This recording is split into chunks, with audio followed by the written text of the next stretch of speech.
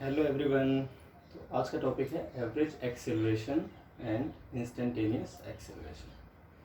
तो चलिए स्टार्ट करते हैं with average acceleration.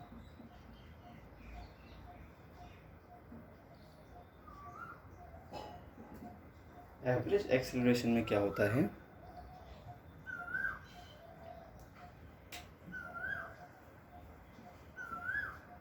Total change in velocity upon total time taken. Clear है? तो जितना भी वेलोसिटी में चेंज हुआ है वो लिखना है आपको और उसको डिवाइड कर देना है जितना भी टाइम लगा है उस वेलोसिटी को चेंज होने में। तो total change in velocity divided by total time taken, इसको हम बोलते हैं average acceleration.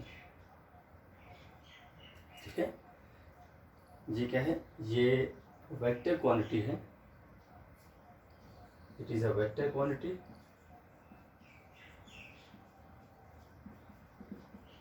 and it is directed along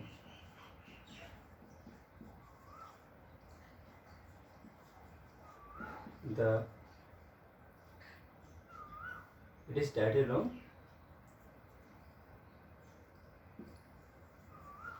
direction of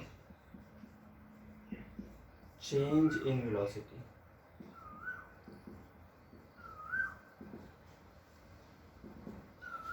यानी जो चेंज इन वेलोसिटी वेक्टर है उसकी डायरेक्शन में काम करेगा एक्सेलरेशन, एवरेज एक्सेलरेशन वेक्टर। चलिए तो अब एग्जांपल ले लेते हैं हम, फिर समझते हैं क्या था ये। ठीक है, तो एवरेज एक्सेलरेशन था, इसकी एसआई यूनिट हो जाएगी मीटर पर सेकेंड स्क्वायर जो नॉर्मली होती है।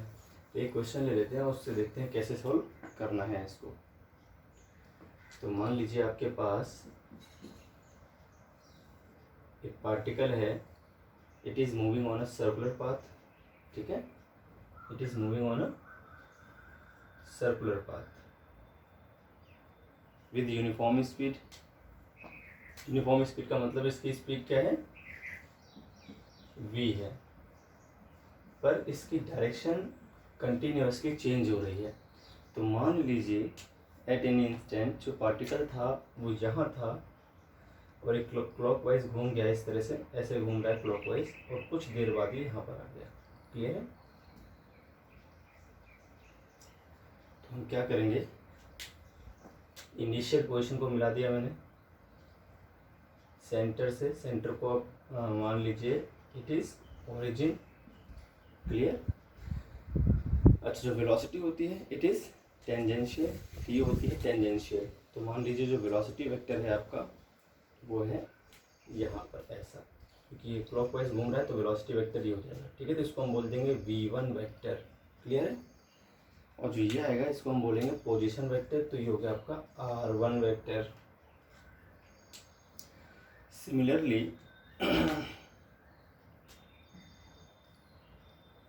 यहाँ पर भी आएगा एक इस तरह से, ये हो जाएगा आपका फाइनल पोजीशन वेक्टर। यहाँ पर जो वेलोसिटी होगी वो भी टेंजेंशियल होगी इस तरह से, इसको हम बोल देंगे v2 वेक्टर। क्लियर है? अब इसे v2 वेक्टर v1 वेक्टर इसलिए बोला गया क्योंकि इनकी डायरेक्शन सेम नहीं है, पर इनकी जो मैग्नीट्यूड्स हैं, मतलब जो स्पीड है वो तो यूनिफॉर्म है, मतलब इनका जो मैग्नीट्यूड है वो सेम है। Mode of v1 vector is equal to mode of v2 vector is equal to v, क्योंकि स्पीड क्या थी? यूनिफॉर्म। तो अगर यूनिफॉर्म स्पीड है, इसकी यूनिफॉर्म स्पीड है, तो जो वेलोसिटी की वैल्यू है वो चेंज नहीं हो रही है, सिर्फ और सिर्फ डायरेक्शन कंटिन्यूसली वेरी कर रही है। यहाँ पे डायरेक्शन कहीं किसी और डायरेक्शन में थी, फिर देखिए यहाँ पे डायरेक्शन चेंज हो गई है, कहीं और लेंगे तो डिफरेंट डिफरेंट डायरेक्शंस में आएगा velocity vector at different points. जैसे हमने 2 पॉइंट्स लिए थे उनके अकॉर्डिंग ये डायरेक्शन थी। अब देखिए ध्यान से, अगर हम मान लेते हैं थीटा एंगल, हम ये मान लेते हैं एक पार्टिकल सर्कुलर पाथ पे थीटा एंगल के एंगुलर डिस्प्लेसमेंट से मूव कर गया, यहाँ से यहाँ तक ही मूव कर गया, थीटा एंगल बनाते हुए मूव कर गया। अब ध्यान से देखिए आप, ये दो लाइंस दिख रही हैं आपको, ये दो लाइन अगर आपस में थीटा बनाती हैं, क्लियर है। अब इसमें क्या है, ये जो रेड लाइन है वेलोसिटी वेक्टर v1 वो पोजीशन वेक्टर से परपेंडिकुलर होगा, क्योंकि ये है टेंजेंट और ये है रेडियस, तो ये आपस में क्या बनेंगे 90 का एंगल। सिमिलरली यहाँ पर भी क्या बनेगा 90 का एंगल, क्लियर है।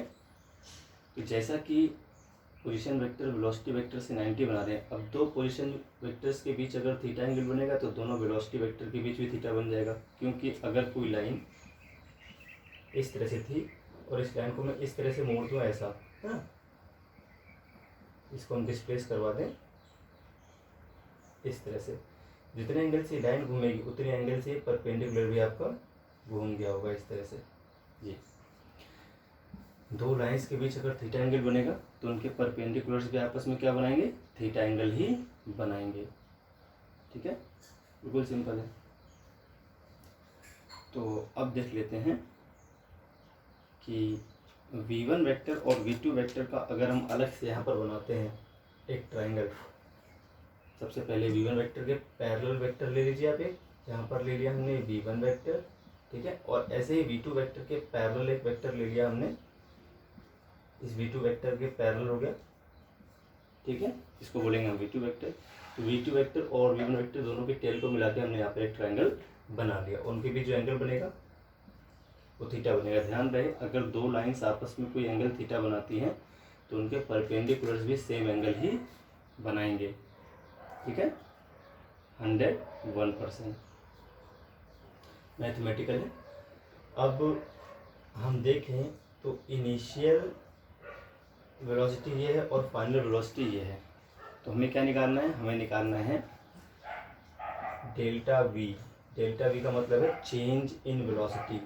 अब चेंज इन वेलोसिटी क्या होगी भाई, चेंज इन वेलोसिटी हो जाएगी final velocity vector minus initial velocity vector, clear है, v2 वेक्टर और माइनस v1 वेक्टर। तो v2 vector minus v1 vector जो बनेगा वो इस तरह से बनेगा, ये इस तरह से, सॉरी इधर नहीं, डायरेक्शन आएगी इसकी। अब क्या करोगे, आप करोगे v1 के हेड से और v2 के हेड से मिलाते एक लाइन बनाओगे और एरो हेड दिखा दोगे v2 की तरफ। अब देखिए ध्यान से, अगर हम ये जो डेल्टा वी वेक्टर हो गया आपके पास, ये डेल्टा वी वेक्टर की देखिए टेल यहाँ पर डेल्टा वी वेक्टर की, ठीक है, इस जगह पे टेल है डेल्टा वी वेक्टर की। तो डेल्टा वी वेक्टर के टेल से हम चलना स्टार्ट करते हैं तो v1 वेक्टर की अपोजिट डायरेक्शन में जाएंगे, इसलिए माइनस v1 वेक्टर आ जाएगा, और v2 वेक्टर की सेम डायरेक्शन में आएंगे नीचे की तरफ जब इसके हेड तक पहुंचना है। डेल्टा वी रहा, इसकी टेल से चलना स्टार्ट कीजिए और इसके हेड तक पहुंचिए। तो एक तो पाथ ये खुद है, डेल्टा वी वेक्टर लिखते हैं, फिर मैंने इक्वल लगा दिया। दूसरे पाथ को फॉलो करते हैं तो माइनस v1 वेक्टर इसलिए आया क्योंकि हम v1 से उल्टा चल रहे हैं, अपोजिट डायरेक्शन में मूव कर रहे हैं, फिर v2 की सेम डायरेक्शन में आ रहे हैं तो v2 प्लस का हो जाएगा। तो इस तरह से डेल्टा भी आपके सामने ये रहा, यानी जो एक्सेलरेशन की डायरेक्शन आएगी वो इस डायरेक्शन यानी इसके पैरेलल ही आएगी, बिल्कुल सिंपल, ये it is the direction of acceleration vector, clear है।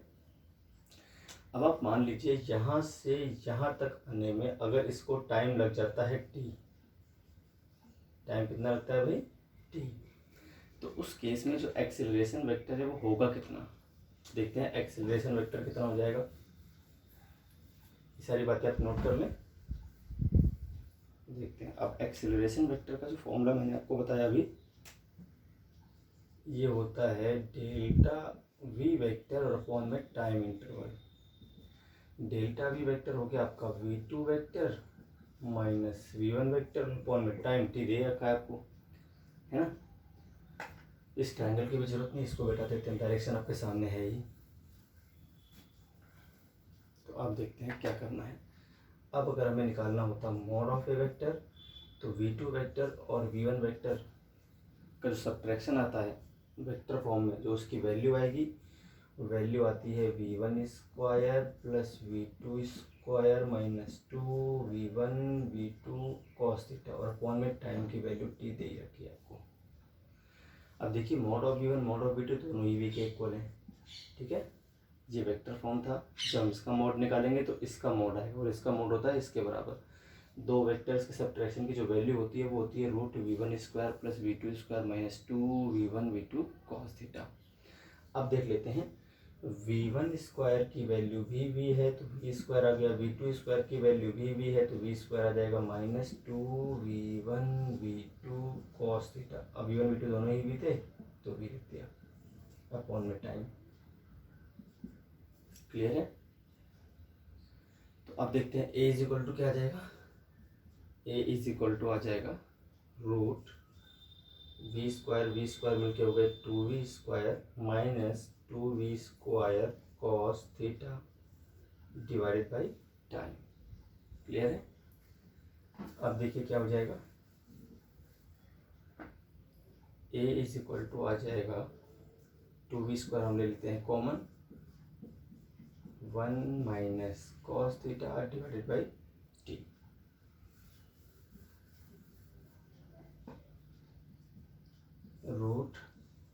√2v²। अब ध्यान दें आपको 1 - cos थीटा जो होता है ये होता है 2 sin² θ/2 के फॉर्मूला होता है। तो हमें कहाँ से लिखा है मैंने, cos थीटा = होता है 1 - 2 sin² θ/2। तो यहाँ से अगर हम sin θ/2 देखें, 2 sin² θ/2 देखें तो आ जाएगा 1 - cos थीटा के। क्लियर है? तो 1 - cos थीटा की वैल्यू यहाँ से मैंने पुट करी है 2 sin² θ/2। ये मैथमेटिकल फॉर्मूला आपको याद करना पड़ेगा, ठीक है, बहुत यूज है इसका, तो इसे आप याद कर लें। इस फॉर्मूले की वैल्यू मैंने यहाँ पुट कर दी है, तो उससे जो हमारा आंसर आया है वो कितना आ गया, उसको हटा देता हूँ फॉर्मूले को। a हो जाएगा 2 और 2 के मल्टीप्लिकेशन में से 2v √ के बाहर आ जाएगा और sin v √ के बाहर आ जाएगा और अपॉन में आ जाएगा टाइम। तो ये आ गई आपकी एक्सेलरेशन, एवरेज एक्सेलरेशन की वैल्यू, और इसकी जो डायरेक्शन थी वो ΔV वेक्टर की डायरेक्शन के अलोंग थी।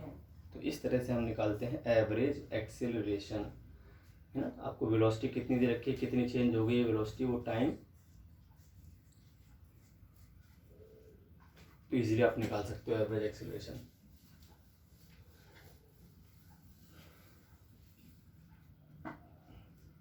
एक और क्वेश्चन कर लेते हैं एवरेज एक्सेलरेशन के ऊपर ही। मान लीजिए एक बॉडी थी 10 मीटर पर सेकेंड से ये मूव कर रही थी टुवार्ड्स ईस्ट, ठीक है, और इसने अपनी वेलोसिटी को चेंज कर लिया आफ्टर 10 सेकेंड। 10 सेकेंड में जो इसकी वेलोसिटी है वो बदल गई,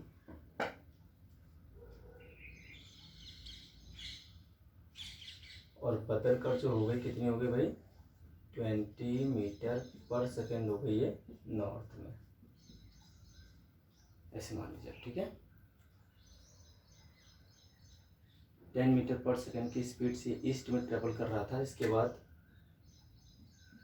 20 मीटर पर सेकेंड की स्पीड से नॉर्थ में ट्रेवल करने लगा, और इसकी स्पीड को बदलने के लिए जो टाइम लगा वो मान लीजिए लगा आपको 10 सेकेंड। तो आपको फाइंड करना है एवरेज एक्सेलरेशन। जो एक्सेलरेशन आएगा वो कितना आएगा भाई, ये हो गया आपका v2 वेक्टर, ये हो गया आपका v1 वेक्टर। क्लियर है? अब अगर हम देखें ΔV वेक्टर अपॉन में क्या आएगा भाई, टाइम, ΔT। अब ΔV वेक्टर क्या हो जाएगा, v2 vector minus v1 vector upon में टाइम कितना है 10। अब देखिए v2 वेक्टर क्या है, 20 तो इसकी वैल्यू है, थोड़ा छोटा कर लेते हैं 10, ठीक है, ये 10 हो गया और वो 20 हो गया। तो 20 इसकी वैल्यू है, डायरेक्शन किधर है, वाई एक्सिस की ओर, तो इसको बोल देंगे 20j, फिर माइनस, अगर इसको देखें तो ये हो जाएगा 10 इसकी वैल्यू है, डायरेक्शन इसकी एक्स एक्सिस के होंगे तो 10i, और अपॉन में टाइम कितना था भाई 10। अब अगर हमको मॉड ए चाहिए तो इसका जो मॉड आएगा, जो इसका मॉड आएगा वो कितना हो जाएगा, √j का मल्टीपल हो गया 400 प्लस i का मल्टीपल हो गया 100 अपॉन में 10। 10√5 अपॉन में 10 से 10 कैंसिल हो गया तो √5 आपका आंसर आ जाएगा। तो इस तरह से हम मीटर पर सेकेंड स्क्वायर इस तरह से हम निकाल लेते हैं एवरेज एक्सीलरेशन। क्लियर है? तो अब चलिए बात कर लेते हैं इंस्टेंटेनियस एक्सीलरेशन की। तो जो नंबर सेकेंड टॉपिक है it is instantaneous acceleration.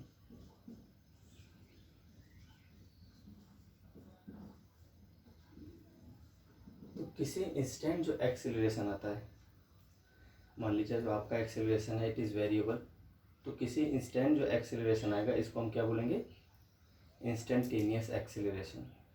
If a body moves with variable acceleration then the acceleration at any instant is called instantaneous acceleration. और ये होता क्या है, अगर आप वीटी ग्राफ बनाते हो, वेलोसिटी टाइम ग्राफ अगर हम बनाते हैं, तो उस केस में जो ग्राफ आता है उसकी जो स्लोप आती है किसी पॉइंट पर, मान लीजिए इस पॉइंट पर हमें निकालनी है स्लोप,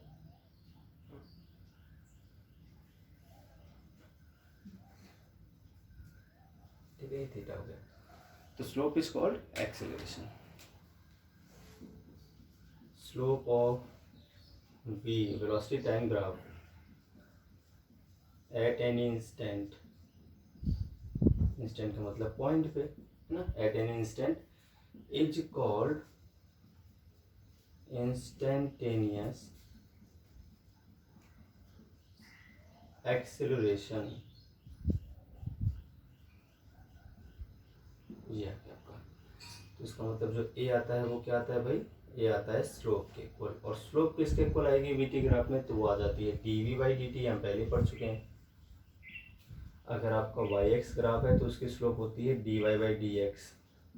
तो ऐसे अगर वीटी ग्राफ होगा तो dv/dt स्लोप हो जाएगी किसी पॉइंट पर। तो dv/dt क्या हो गया भैया? आपका इंस्टेंटेनियस एक्सेलरेशन हो गया। क्लियर होगी बात? तो ये है instantaneous acceleration. Acceleration at any instant is called instantaneous acceleration. तो dv/dt से इसकी वैल्यू हम पता कर लेते हैं। चलिए तो अब देखते हैं नेक्स्ट एग्जांपल में कैसे है। अब आपको एक बात ध्यान रखनी है, नोट कर लें आप इसको हमेशा के लिए। If you have given position vector as the function of time, clear है? अगर आपको पोजीशन वेक्टर दिया है फंक्शन ऑफ टाइम, तो जो वेलोसिटी वेक्टर आएगा ये आ जाएगा dr/dt, और जो एक्सेलरेशन वेक्टर आएगा ये होता है dv/dt, या फिर इसको हम बोल सकते हैं d/dt, और v वेक्टर की वैल्यू पुट कर दें तो ये हो जाएगा dr/dt। तो इस तरह से आ जाएगा d2r/dt²। पोजीशन वेक्टर का डबल डेरिवेटिव होता है एक्सेलरेशन वेक्टर, और सिंगल डेरिवेटिव होता है वेलोसिटी वेक्टर, या वेलोसिटी वेक्टर का सिंगल डेरिवेटिव होता है एक्सेलरेशन वेक्टर। तो आपको ध्यान रखना, अगर r दे रखा है तो v निकालने के लिए r को डिफरेंशिएट करना है 1 टाइम, और a निकालने के लिए 2 टाइम डिफरेंशिएट करना पड़ेगा, 2 बार डिफरेंशिएट करना पड़ेगा। तो इसका एग्जांपल अभी हम ले लेंगे, और इसका उल्टा भी होता है। If you have given acceleration vector as a function of time, अगर आपको एक्सेलरेशन वेक्टर दे रखा हो 3t² + 4 इस तरह से, तो ये एक फंक्शन ऑफ टाइम दे रखा हो, तो यहाँ से जो वेलोसिटी वेक्टर निकलता है ये होता है एक्सेलरेशन वेक्टर का इंटीग्रेशन, ठीक है, विथ प्रॉपर लिमिट्स t1 से t2। और जो पोजीशन वेक्टर निकलता है वो होता है वेलोसिटी वेक्टर का integration from t1 to t2। तो आपको उल्टा करना पड़ेगा। अगर एक्सेलरेशन वेक्टर दिया है और वेलोसिटी वेक्टर पूछेगा तो इंटीग्रेशन करना है, वेलोसिटी वेक्टर दिया है पोजीशन वेक्टर पूछेगा तो इंटीग्रेशन करना है, पोजीशन वेक्टर दिया है और वेलोसिटी वेक्टर पूछेगा तो डिफरेंशिएशन करना है, और पोजीशन वेक्टर दिया है एक्सेलरेशन पूछेगा तब भी डिफरेंशिएशन करना है। तो r से v से a की ओर चलेंगे तो डिफरेंशिएट करना है, r से v निकालना है या v से a निकालना है, तो वी हैव टू डिफरेंशिएट, ठीक है, differentiate. And if we have velocity vector from acceleration vector, अगर आपको वेलोसिटी वेक्टर एक्सेलरेशन वेक्टर दे रखा और वेलोसिटी वेक्टर पूछेगा और पोजीशन वेक्टर पूछेगा, तो आपको करना है इंटीग्रेट। क्लियर हो गई बात? ये फॉर्मूले नोट कर लें, बहुत इंपॉर्टेंट है, काम आएंगे आपके। तो इस तरह से हम निकाल सकते हैं बहुत इजीली। अब इसको मैं देता हूँ मिटा, जरूरत नहीं है इसकी हमें। अब एक क्वेश्चन ले लेते हैं जिससे आपको इजीली बात समझ में आ जाए। तो हम दोनों टाइप के क्वेश्चन ले लेंगे। एक में हमें निकालना होगा आर से ए तक, और एक में निकालना है ए से आर तक पहुंचना है। तो चलिए देखते हैं कैसे करना है क्वेश्चन। मान लीजिए आपको पोजीशन वेक्टर दे रखा है। पोजीशन वेक्टर की जो वैल्यू है वो दे रखी है 3t square plus 4t, 3t cube ले, चलिए 3t क्यूब ही ले लेते हैं। 3t cube plus 4t square plus 8 ले लिया मैंने। क्लियर है? तो हमें क्या पता करना है?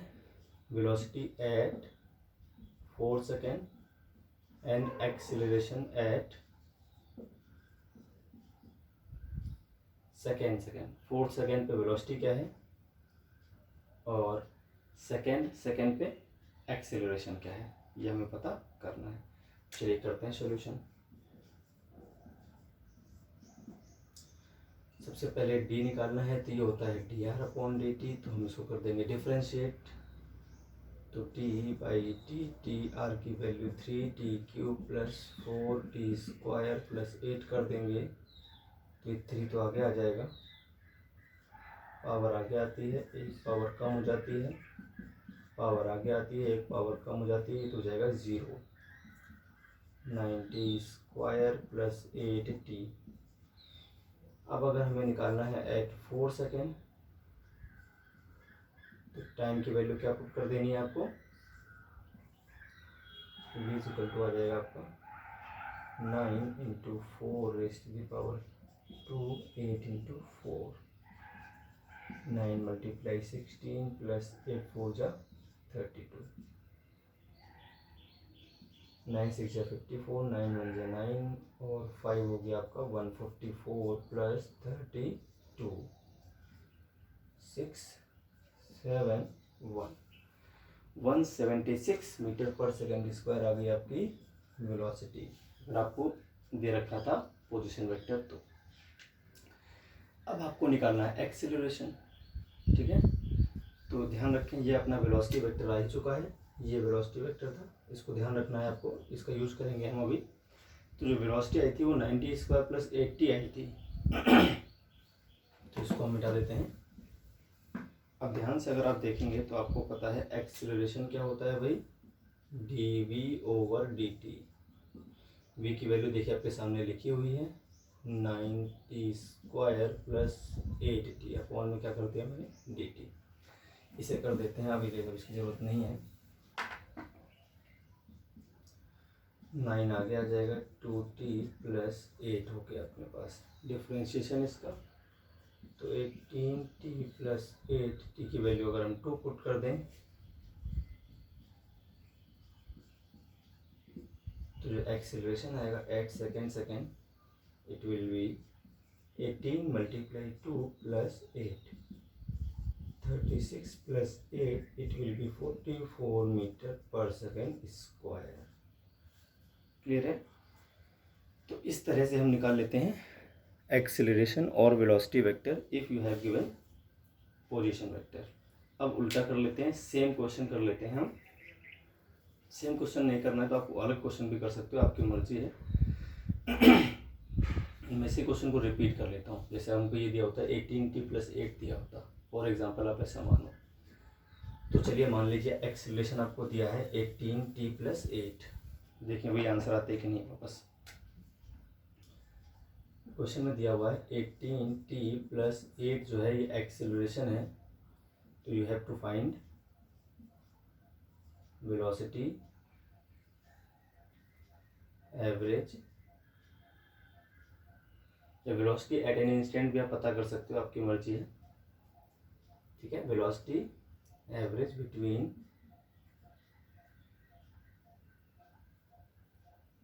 t इज इक्वल टू 0 से t इज इक्वल टू 4 तक, and displacement covered between t is equal to 0 से t इज इक्वल टू 2 कर लेते हैं, देखते हैं क्या आता है। तो सोल्यूशन करते हैं अब इसका। तो सोल्यूशन में क्या आएगा, आपको a दे रखा है 18t + 8। तो मैंने आपको बताया था जब हम वेलोसिटी निकालेंगे तो इंटीग्रेशन a dt करना पड़ेगा। a से अगर v निकालते हैं तो इंटीग्रेशन करना पड़ता है विद प्रॉपर लिमिट। तो 0 से 4 हो गई, 0 थी स्टार्टिंग की लिमिट, 4 है बाद, तो एवरेज वेलोसिटी निकल आएगी। चलिए इसकी वैल्यू पुट कर देते हैं। 18t + 8 dt। अब 18t dt हो जाएगा प्लस 8 dt हो जाएगा। लिमिट 0 से 4 हो जाएंगी, लिमिट 0 से 4 हो जाएंगी। अब देखते हैं ये एवरेज वेलोसिटी निकल रही है।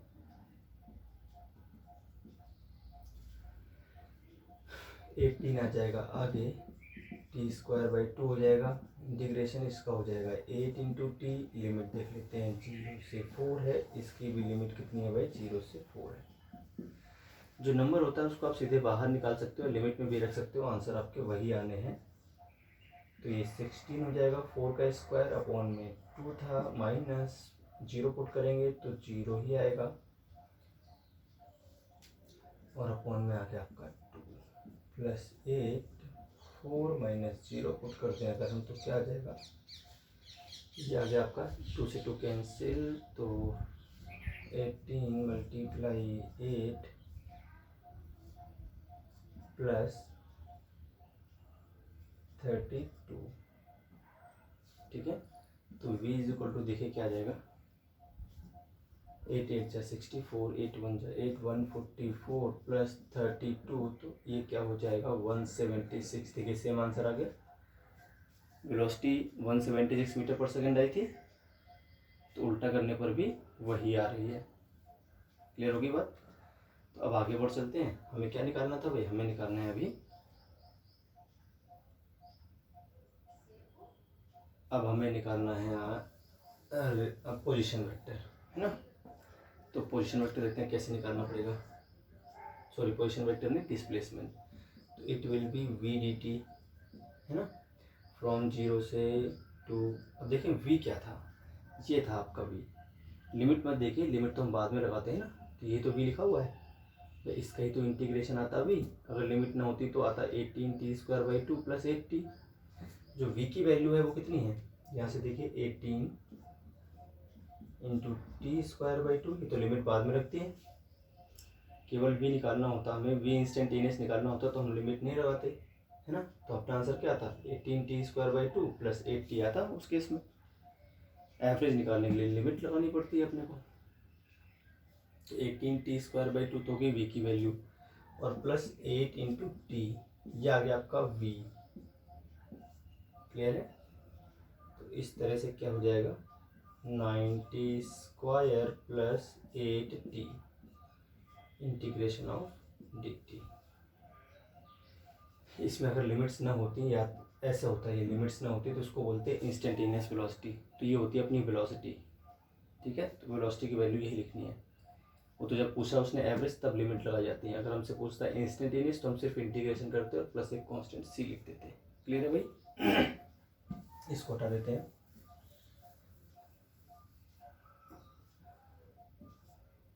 तो ये आ गया आपका